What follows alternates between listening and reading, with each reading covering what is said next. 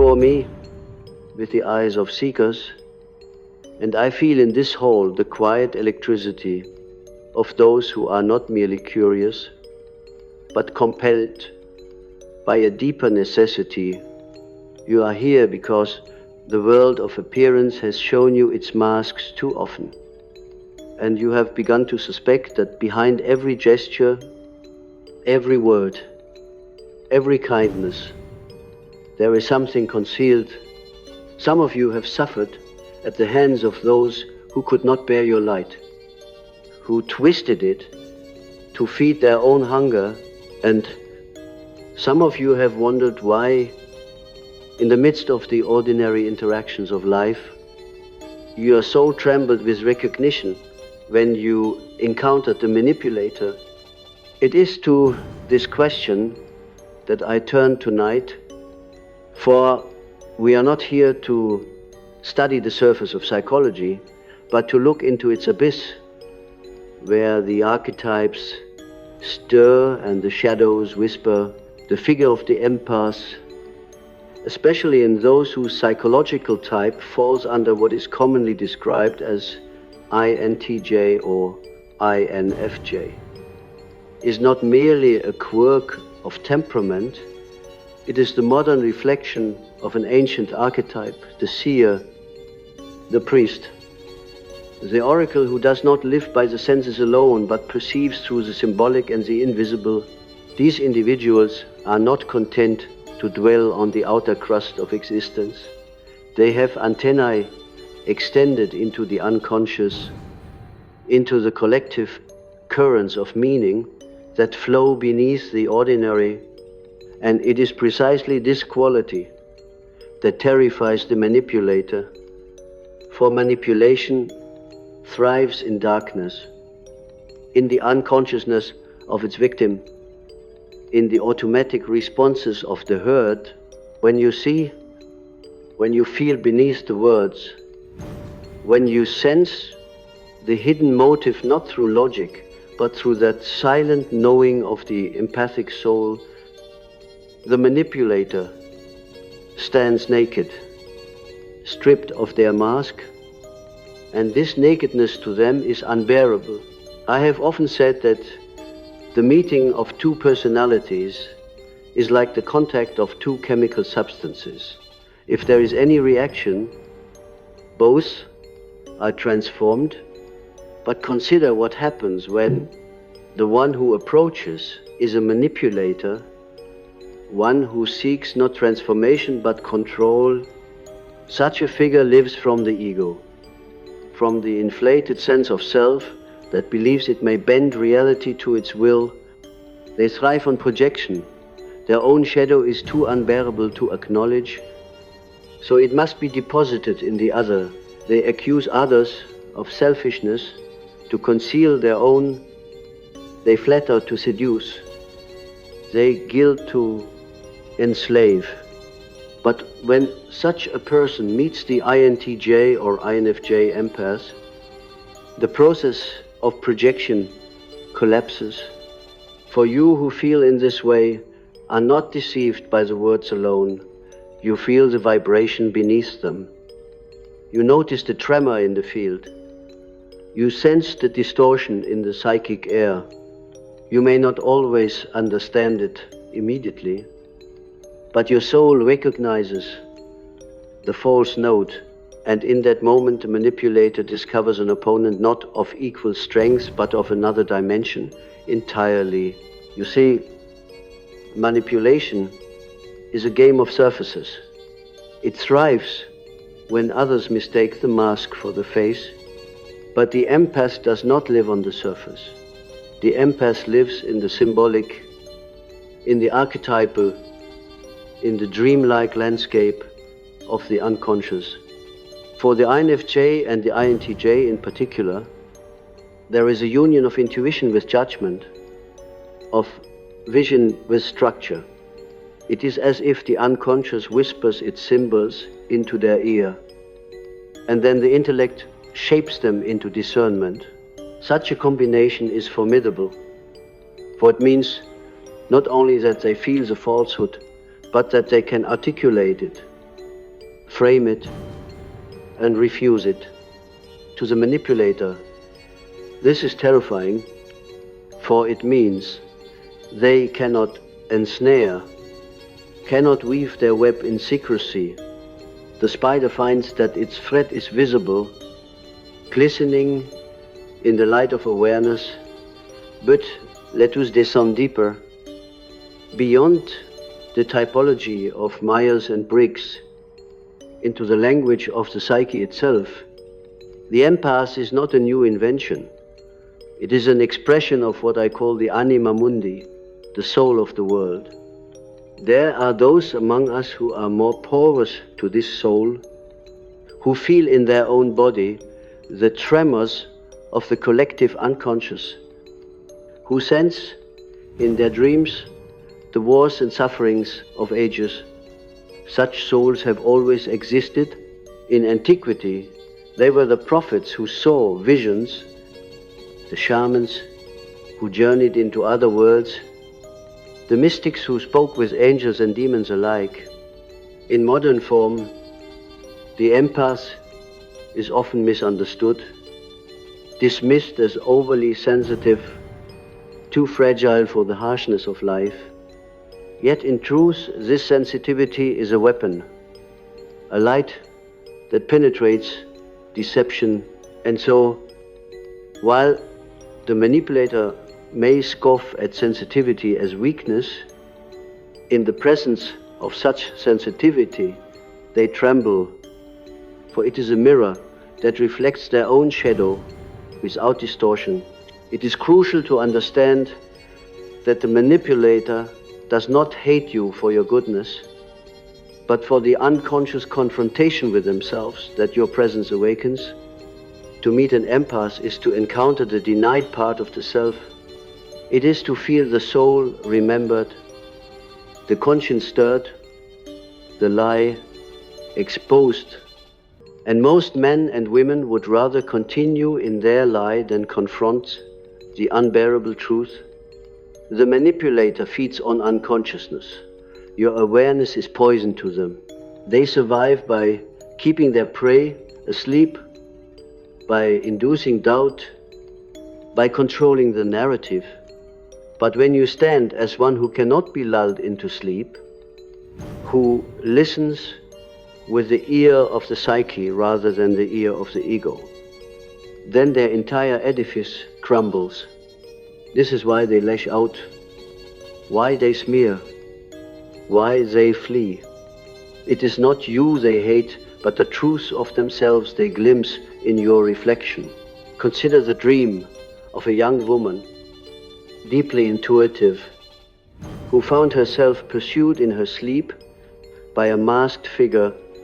The figure spoke with honeyed words, but his eyes were hollow. She told me that even in the dream she knew the sweetness was false, that the mask concealed a predator. And so she turned and faced him, stripping the mask away, and beneath it there was nothing but smoke, emptiness. This dream is not only her own, it is the dream of the empathic soul confronting manipulation. The mask falls, and what lies beneath is revealed to be not substance but shadow, not power but weakness. The manipulator is not strong. They are dependent, parasitic, unable to generate their own life force. They must feed on the unaware. And so when you are aware, when you see, you deprive them of their nourishment. That is why they fear you. And that is why, despite all their posturing, they cannot control you. The archetype of the manipulator belongs to the trickster, that figure who thrives on deception, who in mythology wears the faces of Loki, Hermes, the coyote. The fox, the trickster, is necessary, for he reveals the limitations of our rigidity. He unsettles the order that has grown stale. But when the trickster becomes pathological, when deception is used not for the evolution of the psyche, but for the domination of others, then it is the empath who arises as his counterforce. For the empath embodies another archetype, the sage, the seer, the healer. Their intuition does not merely pierce deception. It restores balance. It brings the hidden truth into light. And so the battle between manipulator and empath is not merely personal, it is archetypal. A reenactment of an ancient drama between trickery and wisdom, between shadow and light. To live as an empath in this age is to find oneself constantly summoned into this battle, often unwillingly, but inevitably. Yet let us not romanticize this position, for to be such a soul is not only a gift but also a burden. Many of you know this burden intimately. You feel too much. You carry the emotions of others. You wake from dreams that are not yours, but belong to the collective pain. And when the manipulator attacks, you may doubt yourself. You may wonder if you are indeed too fragile, too naive. But understand this: your sensitivity is not naivety but perception. You see what others cannot see, and though this vision isolates you, it also empowers you. The manipulator cannot tolerate this vision because it strips away their control. Your very presence becomes an exorcism, a cleansing of the psychic field. They may rage, they may slander, they may attempt to twist your own mind against you, but they cannot remain. Light does not argue with darkness. It simply makes it impossible for darkness to remain. The INTJ and INFJ types, when infused with empathic perception, carry this dynamic to an even more pronounced degree. Their inward focus, their preference for intuition, and their structured perception of reality make them simultaneously receptive and decisive. They not only sense the hidden currents, but can define them, name them, act upon them. The manipulator, who thrives on vagueness and confusion, finds in them an adversary who clarifies, who names the shadow, who refuses to be gaslit. To name something is to rob it of its occult power. In the ancient mysteries, to know the true name of a spirit was to command it. So too, when you name the manipulator's tactic, when you speak aloud the distortion they are weaving, you break the spell. This is why they fear you, why they retreat, why they attack from the shadows, but rarely dare to confront you openly. And yet, I must tell you, it is not enough merely to perceive and to resist, for the danger of the empath is that in fighting the manipulator, they may themselves be drawn into the shadow. To feel the lie so keenly can breed cynicism. To sense the hidden motives of others can create isolation. You must guard your own heart, for the same openness that allows you to perceive can also wound you deeply. The manipulator's last weapon is to convince you that your gift is a curse, that your sensitivity is weakness, that your vision is madness. Resist this weapon, most of all, for it is the most insidious. You are not weak, you are awake. And though the world may mock the awake as dreamers, in truth the dreamers are those who sleep in the illusion of manipulation. To stand awake is to stand alone at times, but it is also to stand in the power of the eternal. And so, I say to you, do not fear that you terrify the manipulator. It is not your intention that terrifies them, but your essence. You do not seek to threaten, you seek only to be, but your being itself is threat enough to all that is false. The manipulator fears you as the shadow fears the dawn, and in this fear there is a strange respect, though it may never be spoken, for you remind them of what they cannot face within themselves. You are their mirror, and it is the mirror they fear, not the face that holds it. You show them their own emptiness, their own hunger, their own refusal to feel, and though they may despise you for it, some small part of them trembles with the possibility of awakening. Whether they choose it is not yours to decide. Your task is only to remain faithful to your own perception, to guard your soul, to walk with the knowing that your sensitivity is your strength. The question that now arises is why these particular souls, the ones you call INTJ and INFJ empaths, so often find themselves entangled with manipulators in the first place. Why does the moth fly so near to the flame? Why does the healer encounter so many wounds? The answer lies deep in the unconscious, in the mysterious law of psychic magnetism, which draws us again and again towards that which can awaken our awareness. The empaths, because of their porousness to the currents of life, does not walk through the world with thick armor. They are open, receptive, and so the unconscious of others is drawn to them as rivers are drawn to the sea. The manipulator, often unable to bear their own shadow, senses, though they do not consciously know it, that here is someone who can absorb, someone who can feel, someone who can carry what they themselves cannot.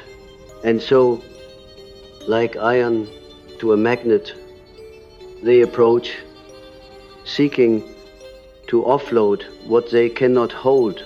But here's the paradox. What the manipulator fears most, they are nevertheless drawn toward, for they too are human. And somewhere in the depths of their own soul, they long to be seen. They long for the mirror that the empath unconsciously offers. Yet when the mirror is raised and their deformity is revealed, the longing turns to terror, and the terror to rage. Thus the empath becomes both the desired object and their hated adversary, the one they seek and the one they flee. This duality is the root of the confusion. So many of you have felt one day you are exalted, flattered, told you are indispensable, the next you are diminished, attacked, made to feel guilty. It is not because you have changed, but because your very presence evokes in them the oscillation between longing and fear. The INFJ and INTJ empaths often suffers more acutely in these encounters because of their own inner structure. The introverted intuitive is oriented toward meaning, towards the unseen pattern, towards the hidden truth behind appearances. When such a person meets a manipulator, they cannot simply shrug and walk away. They feel compelled to understand, to unravel, to penetrate to the root of the deception. This is a noble impulse, but it can also entangle them, for while they analyze, while they seek the archetypal pattern behind the behavior, they may underestimate the sheer unconsciousness of the manipulator's drive. To wrestle with the shadow is to risk being dragged into the underworld, and many empaths, in their desire to help or to heal have been dragged deeper than they intended, waking only when the damage was already done, you must understand that the manipulator is often not fully aware of their manipulation. They are possessed by what I have called a complex, an autonomous fragment of the psyche, a cluster of energy bound around a repressed experience, a trauma, an unmet need. The manipulator is driven by the hunger of this complex, and when the empath approaches, it is as if blood is smelled in the water. The complex stirs, the hunger awakens, and suddenly the person is no longer acting as an individual, but as a mouth for the unconscious. The empath senses this possession, senses that the eyes are no longer fully human, that another force has entered. It is terrifying, but also illuminating, for here one glimpses the raw reality of the psyche's underworld. And because the empath perceives this possession, because they cannot be deceived as easily as others, the manipulator feels exposed, vulnerable, and thus resorts to aggression. Let us descend for a moment into the archetypal realm, where symbols reveal what words alone cannot. In mythology, the empath resembles the figure of Persephone, who journeys into Hades, carrying light into the land of shadows. The manipulator, by contrast, is akin to Hades himself, who seeks to capture, to bind, to control. Yet the myth teaches us that even in the underworld, Persephone does not lose her essence. She becomes queen of that realm, mediator between the living and the dead. So too with the empaths. Though you may be drawn into encounters with darkness, if you awaken within them, you discover that you are not prisoner but sovereign. You do not belong to the manipulator's kingdom. You are there to reveal its nature, to learn its secrets, and to return with greater wisdom. This is why, though manipulators pursue you, they ultimately cannot keep you. Your soul does not submit, it transforms. But beware, every myth carries a warning. The same Persephone who brought life to Hades also ate of his fruit, and thus could never fully escape. So too, if the empath is not vigilant, they may internalize the manipulator's poison, believing themselves guilty, weak, or broken. The manipulator's greatest triumph is not in controlling your actions, but in convincing you to question your own vision. If you begin to doubt your perception, if you begin to believe the lies spoken about you, then the mirror fogs and the manipulator's shadow regains its power. This is why it is essential for you to root yourself in your own inner authority, to trust the silent, knowing that rises within you even when all external voices deny it. For that inner authority is the voice of the self, the archetype of wholeness, the divine spark within that no manipulation can extinguish. I recall a patient whose dreams recurred with a terrifying image, a house where the rooms kept shifting, where nothing was stable, where each door opened, not into safety, but into confusion. This dream revealed the psychic field of someone caught in manipulation, where reality itself becomes uncertain, where gaslighting corrodes the foundation of truth. Yet, in the later dreams, a single candle began to appear in the shifting rooms. The candle never spoke, never argued. never explained, it simply burned. That candle was the symbol of the self, the unshakable center within, the silent light that no shifting shadows could extinguish. For the empath, this candle is your perception, your intuition, your inner knowing. Do not let the manipulator's shifting walls convince you that the candle is illusion. The walls are the illusion. The candle is real. There is also another dimension to why you terrify manipulators. You embody what I have called individuation, the process of becoming whole. Most people live in fragments, torn between roles, caught in collective opinions, never daring to face their shadow. The manipulator thrives on this fragmentation, for the fragmented are easily controlled. But when you, through your empathic vision, begin to unite the opposites within yourself, light and shadow, conscious and unconscious, masculine and feminine, you radiate a wholeness that is incorruptible. The manipulator cannot enter a soul that is whole. They can only exploit the cracks. And so, when they meet you, in your wholeness, they recoil. For you are not prey but presence, not victim but vessel of the self. Your very existence becomes a threat to their fragmented state, for it reminds them of what they have denied. Now, you must recognize that to walk this path is not to destroy all manipulators, nor to triumph over them in every encounter. It is to remain faithful to your own essence, even in their presence. The manipulator may rage, but you need not respond in rage. They may lie, but you need not entangle yourself in their web. You terrify them not because you fight them on their level, but because you refuse to descend into it, like Christ before Pilate. You do not need to defend truth with violence. Truth itself is its defense.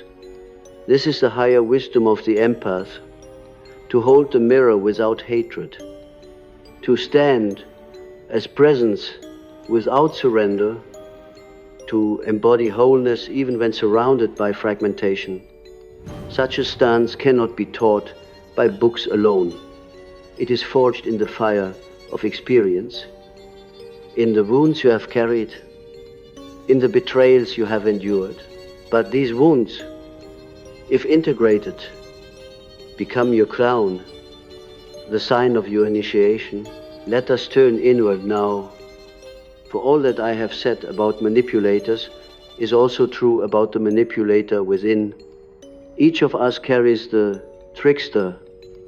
Each of us has within our psyche the impulse to deceive, to control, to project.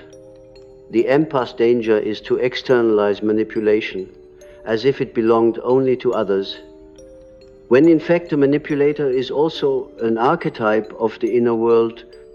You must face your own shadow, your own capacity for subtle deceit, your own hunger to control. If you do not, then you will find manipulators appearing again and again outside you. For they are the mirrors of the inner figure you refuse to see. Only when you integrate the inner trickster, acknowledging its place in your psyche, can you truly transcend the cycle. This is why individuation is essential. Without it, your sensitivity becomes a curse. With it, your sensitivity becomes the very means of transformation. I must emphasize this point. The manipulator fears you because you embody the possibility of transformation. In you, they see what they could become if they face their own shadow. You are not simply their adversary, but their latent destiny. The future self they resist. And so their rage is not only fear, but envy. For you carry the wholeness they secretly crave. When you stand before them, you are like the dream that awakens them in the night. The dream they wish to forget, but cannot. You are the voice of the unconscious calling them to confront themselves, and this voice is unbearable to those who wish to remain asleep.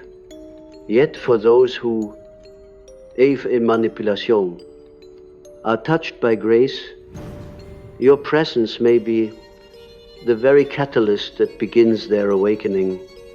Whether they heed it or not is beyond your control. Your task is only to remain faithful to the light you carry. And so, my friends, you must embrace the fact that to live as an INTJ or INFJ empath is to walk a lonely but sacred path. You will terrify manipulators, yes, but you will also unsettle the collective. For most people prefer the comfort of illusions to the piercing clarity of truth. You will be called too intense, too strange, too otherworldly. Yet remember, the prophets were always ridiculed before they were revered. The seers were always doubted before they were sought. Your difference is not defect, but destiny. Do not ask to be like the herd, for the herd cannot see what you see. Accept the loneliness of vision, for in that loneliness is also your communion with the self, with the archetypal world, with the soul of humanity itself. You are not here to be comfortable, you are here to be awake. And though manipulators may fear you, and though the world may not understand you, you are precisely what the age requires. It is not enough, however, merely to understand the manipulator or to endure their presence. To live as an empath, particularly one who carries the deep intuitive vision of the INFJ or INTJ, is to wrestle with the meaning of your own gift.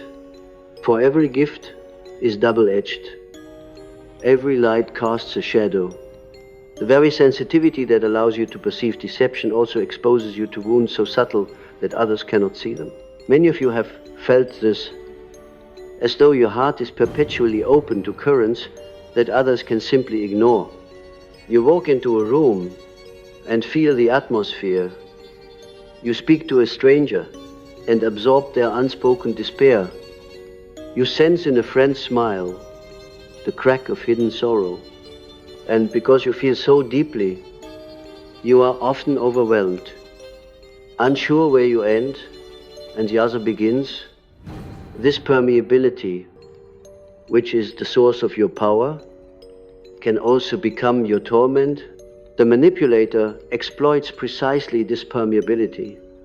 They sense, often without conscious thought, that you are attuned to them, that you are willing to enter their inner world, to feel their emotions, to share their burdens, and so, like a thirsty wanderer stumbling upon a well, they drink deeply from you.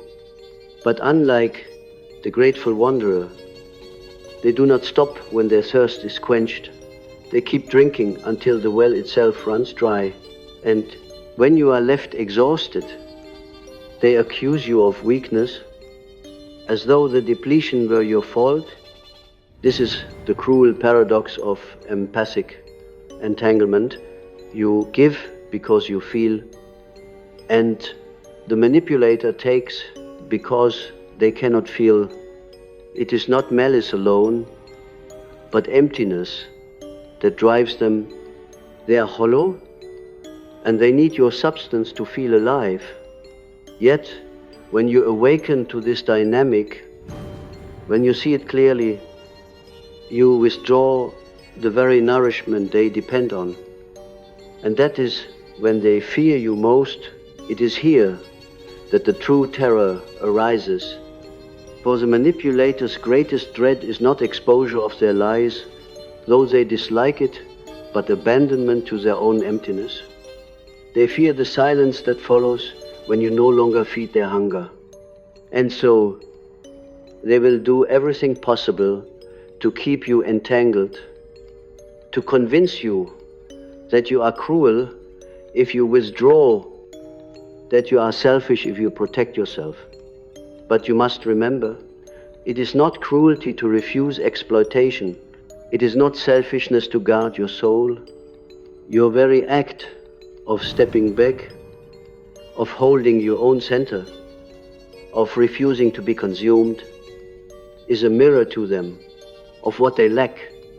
It reveals their dependence, their parasitism, their refusal to cultivate their own wholeness. And that mirror, as always, terrifies them. I have spoken often of the shadow, that hidden part of the psyche which we repress and project upon others. In the manipulator, the shadow is often swollen, yet festering in the unconscious. They cannot face their own fear of powerlessness. So they project weakness onto others and seek to dominate. They cannot acknowledge their hunger. So they accuse others of selfishness while feeding endlessly. But the empath, particularly the INFJ and INTJ, sees this projection for what it is. You sense the contradiction between words and essence, between appearance and reality.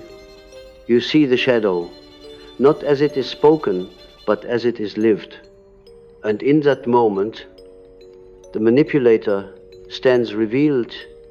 To be revealed is to lose power, for manipulation depends on invisibility. This is why, in your presence, they feel stripped bare, their tricks rendered futile. You have become the one thing they cannot control, a witness who will not be deceived, but this role is not without danger for you. For just as you perceive the shadow of the manipulator, you must also face your own. The empath, who sees too much outside, may fail to see what stirs within. Your own shadow may whisper that you are indispensable, that you alone can save the broken, that your sensitivity is proof of your superiority. If you fall into this trap, you too become manipulative. Though in subtler form, you may withhold your perception as a weapon. You may use your insight to bind others. You may sacrifice yourself in order to feel needed. This is the shadow of the empath, and it must be integrated, lest your gift be corrupted. To confront the manipulator without confronting your own shadow is to fight only half the battle. You must be vigilant, not only against their deception, but against your own unconscious impulses. Let us turn to a dream once shared with me by a man of profound intuitive gifts. In his dream, he walked through a forest filled with mirrors, each one reflecting not his face, but the faces of strangers. Some mirrors showed weeping children, others snarling beasts, others smiling but hollow-eyed figures. He told me he felt overwhelmed, unsure which face was truly his own. This dream revealed the danger of the empath who loses themselves in the projections of others. When you feel too deeply, you risk becoming a hole of mirrors, reflecting everyone but yourself. Yet, in the final mirror of his dream, he saw a flame, not a face, but a flame burning steadily. That flame was his essence, his self, the core that no projection could extinguish. This is the task for the empath, to return again and again to that flame, to remember that you are not merely a reflection, but a source. In the language of archetypes, the empath walks the path of the wounded healer. You heal because you know the wound, because you have carried in your body the pain of others. But the danger of the wounded healer is to forget that the healing must also include oneself. If you give endlessly, without replenishment, if you heal others while neglecting your own soul, then your gift becomes your destruction. The manipulator, sensing this wound, exploits it, keeping you forever giving, forever depleted. But when you turn the gift inward, when you allow yourself to heal as well as to heal others, then your empathy becomes indestructible. The manipulator can no longer exploit you, for you are no longer seeking your worth in their need. You give not because you must, but because you choose. And that choice makes all the difference. The INFJ and INTJ, in particular, must be wary of the illusion of invulnerability, because you see so much, because you understand so deeply, you may believe you are immune to deception. But knowledge is not immunity. Even the seer can be deceived if their longing blinds them. Even the prophet can be led astray if their pride grows too great. The manipulator may not succeed in deceiving your mind, but they can tempt your heart, exploiting your compassion, your desire to help. And so you must cultivate not only vision but boundaries, not only perception but strength. The greatest terror to the manipulator is not merely your insight, but your refusal to be entangled. When you combine vision with boundaries, intuition with will, then you are truly beyond their reach, for then you are not only mirror, but fortress, not only seer, but sovereign. Consider again the archetype of the trickster. In myths, the trickster is never truly defeated by argument or confrontation. He is defeated by recognition. When his trick is seen, when his deception is laughed at, he loses his power. The empath's terror to the manipulator is precisely this. You see through the trick, and your very seeing dissolves it. You need not fight. You need not argue. Your awareness itself is enough. This is why manipulators often abandon the empath, not because they have won, but because they cannot win. They retreat to seek easier prey, those who do not see, those who still believe the mask. And though this abandonment may wound you, making you feel rejected, misunderstood in truth, it is your victory.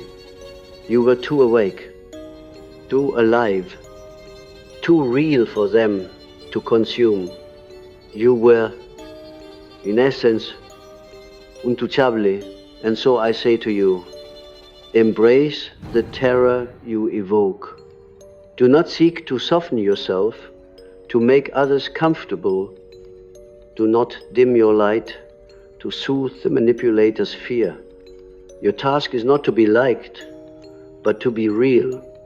To be real is to live in alignment with the self, to embody the archetype that has chosen you.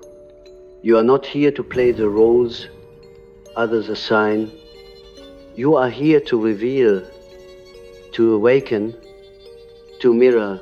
The manipulator fears you because you carry the medicine they resist. The truth they avoid.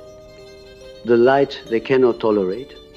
But others, those who are ready, will be drawn to you for the same reason.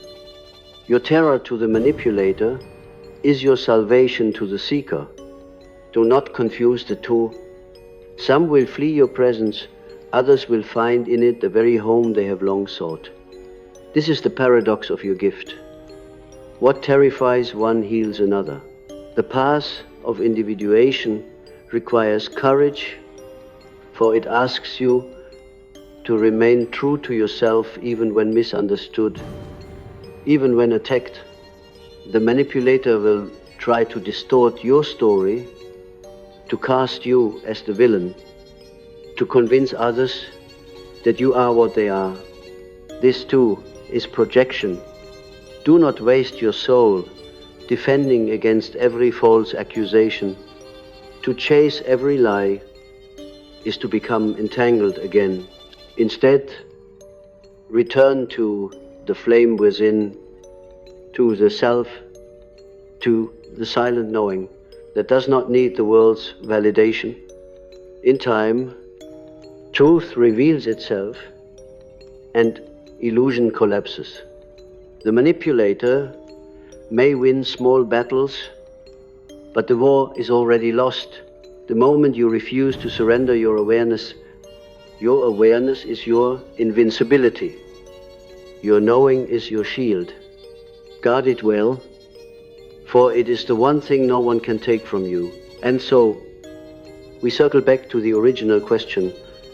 Why do INTJ and INFJ empaths terrify manipulators? Because you live in a reality they cannot control. You listen not to their words, but to the whisper of the unconscious. You see not their mask, but their shadow. You feel not their role, but their essence. And in that seeing, their illusion shatters.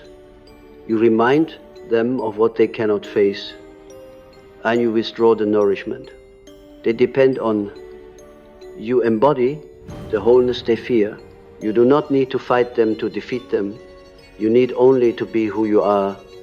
For your being itself is their undoing. Remember this when you are doubted, when you are attacked, when you are made to feel too much. You terrify, not because you are cruel, but because you are true.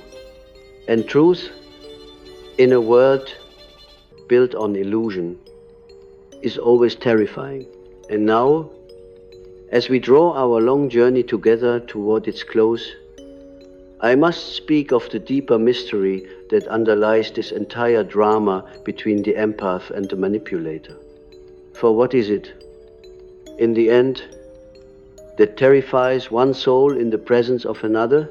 It is not simply the clash of personalities, nor even the conflict of needs, but the meeting of archetypes, the forces that shape human destiny beneath the level of our conscious will. When the INTJ or INFJ empath stands before a manipulator, it is not two individuals alone who face each other. It is the archetype of the seer confronting the archetype of the trickster, the flame of consciousness confronting the darkness of unconscious possession.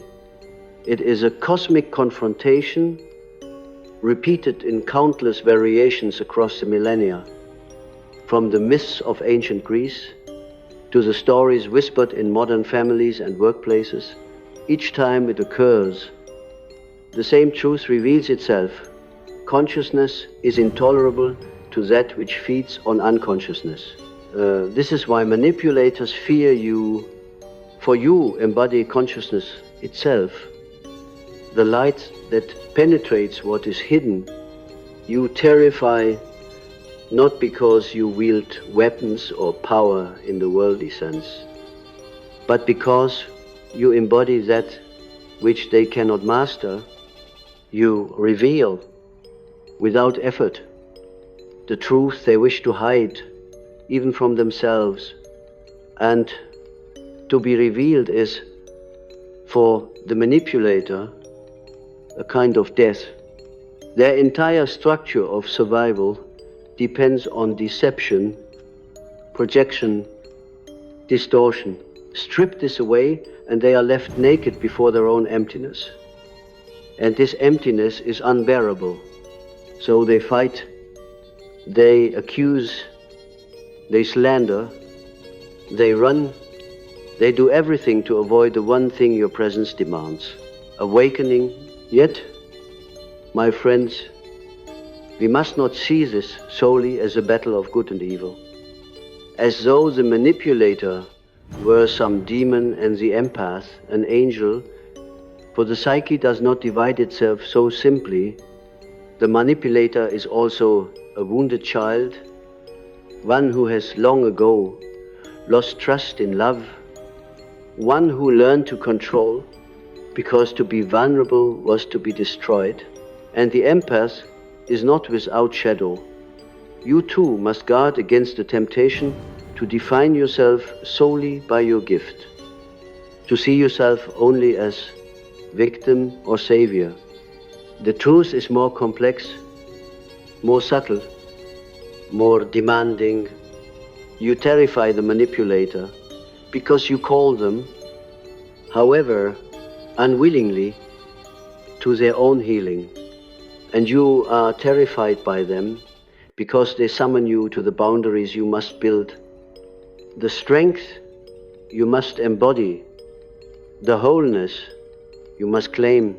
Both of you are teachers to one another, though the lessons are bitter and seldom chosen.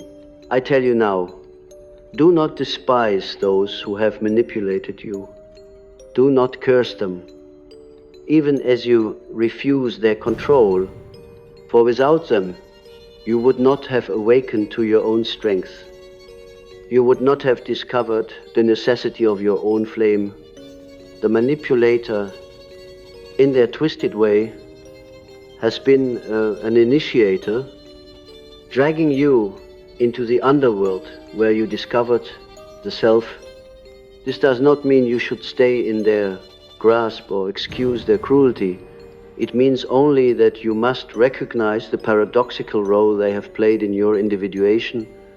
They have shown you the cost of unconsciousness, and in doing so, they have driven you to awaken.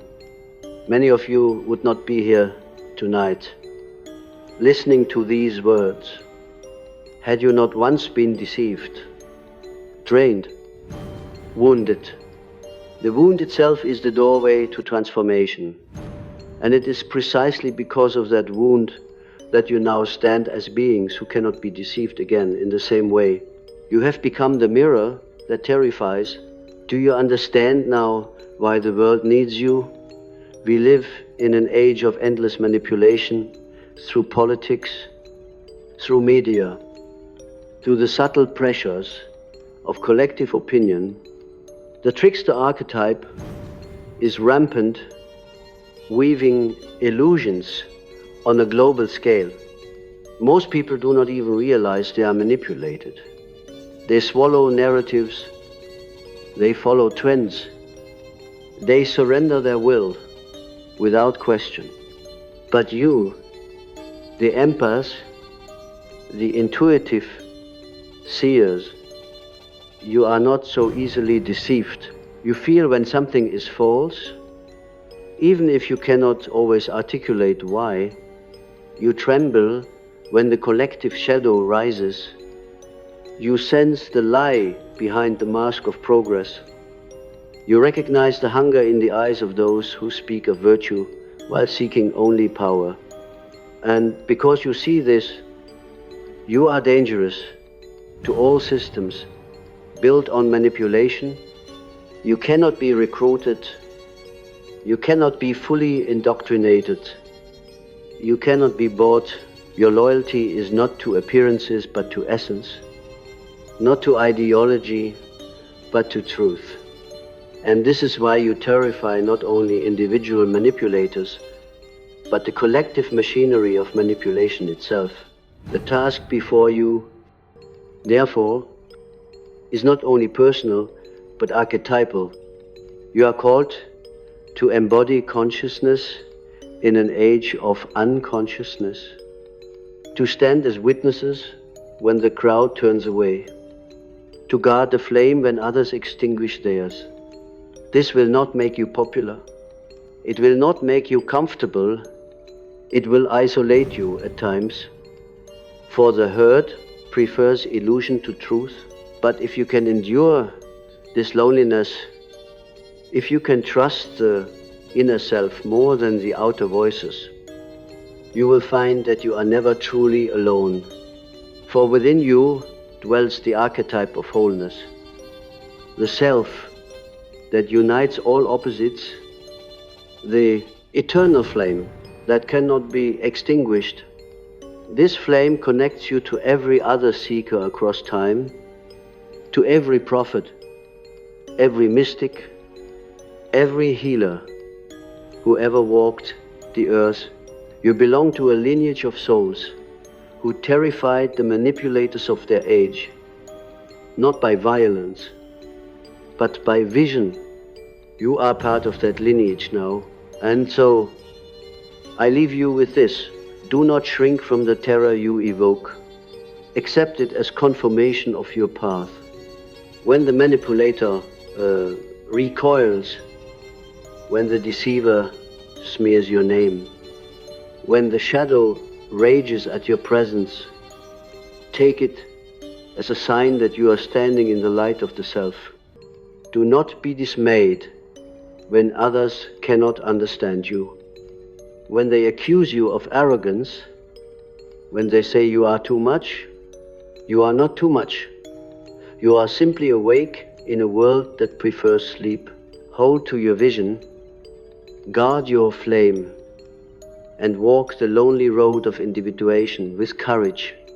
For in the end, it is not only your own soul you save.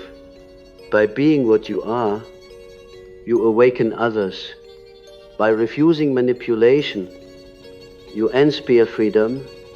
By embodying wholeness, you remind the fragmented of what is possible. You terrify manipulators. Yes, but you also heal seekers, empower the broken, and guide the lost. This is your calling. This is your destiny. Do not ask why you were born with such sensitivity. Do not wish it away, for the world would be infinitely poorer without you.